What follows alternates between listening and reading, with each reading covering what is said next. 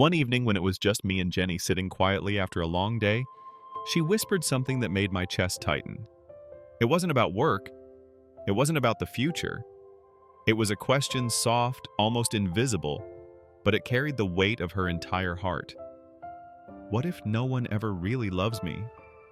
What if I'm just unlovable? I froze for a moment because I knew this wasn't just Jenny's question.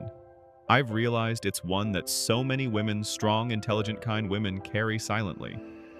And maybe, just maybe, you've asked yourself that too.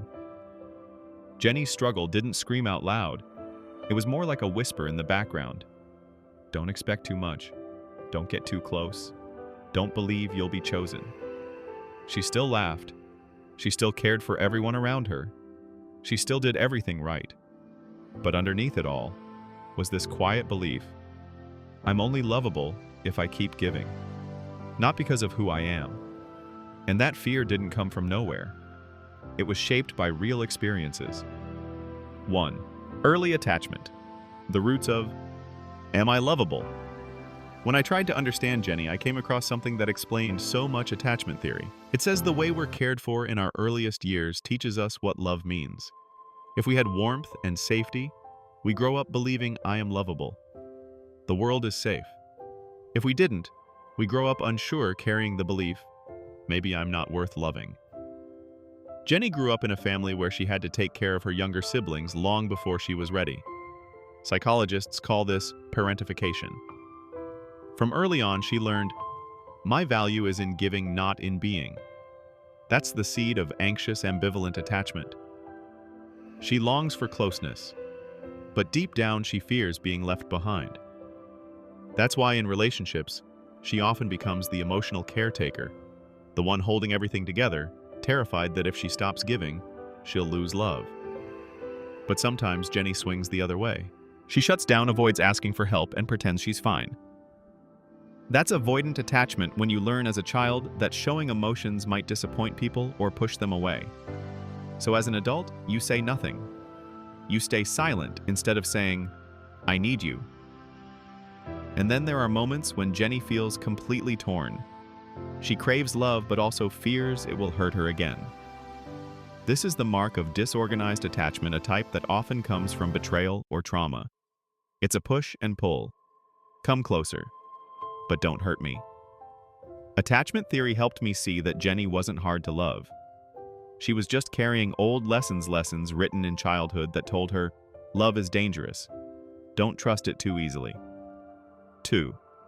Cultural and social pressures. But family isn't the whole story.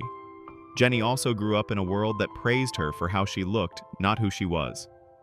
This is what psychologists call objectification theory. It teaches women to see themselves through other people's eyes, valuing appearance over essence. For Jenny, that meant love sometimes felt like a test. Do they love me for me, or just because I'm attractive right now? And when people left, she'd wonder, was I ever really loved? Or was it just my image they wanted? 3. Being romanticized, but not truly seen.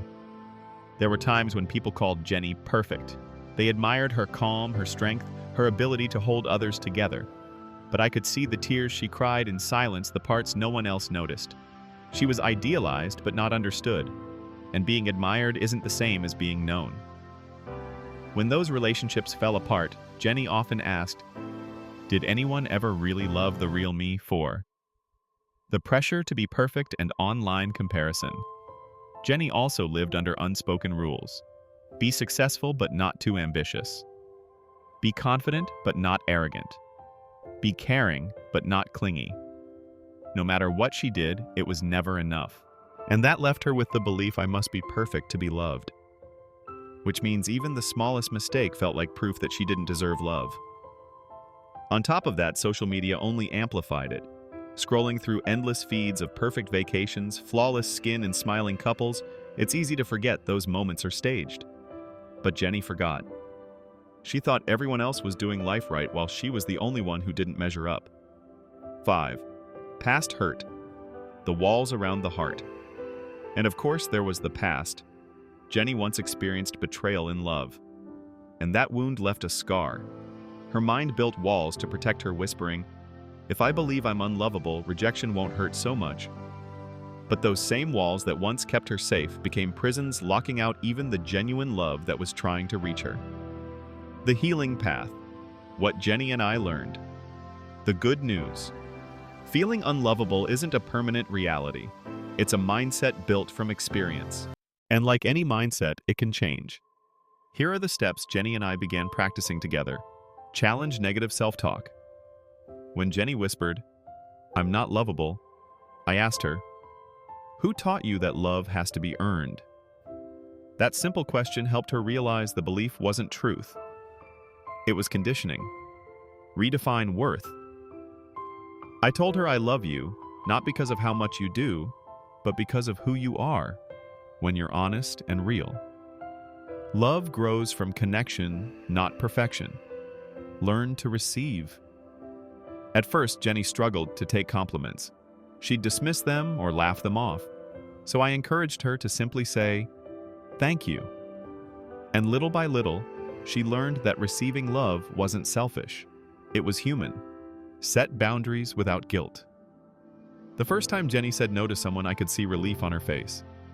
Boundaries weren't rejection, they were clarity. And they made space for love that was real. Start small with connection. One night, Jenny cried and admitted, "I'm afraid you'll leave me." That vulnerability was terrifying for her. But in that moment, we became closer. Sharing one truth can open the door to many more. Practice self-compassion. I often reminded Jenny, "What would you say to a best friend in your place?" Slowly, she learned to talk to herself with kindness. To say I deserve love even when I'm imperfect. What I've learned is this. Jenny was never truly unlovable. She just hadn't yet believed the truth that love doesn't have to be earned through sacrifice or perfection. It only needs to be accepted. And if you've ever felt the same way Jenny has, remember this. You are not alone. You don't need to be perfect to be loved. You just need to allow yourself to be seen. If this video resonated with you, you may also want to check out our video 6 Things You Didn't Know Were Loneliness, or the one we made on Why Some Men Feel Unlovable. And if you'd like to support our work here at High Day Psych, don't forget to leave a comment, hit like, and subscribe for more content on growth and healing. Who knows, you might even get a virtual cookie.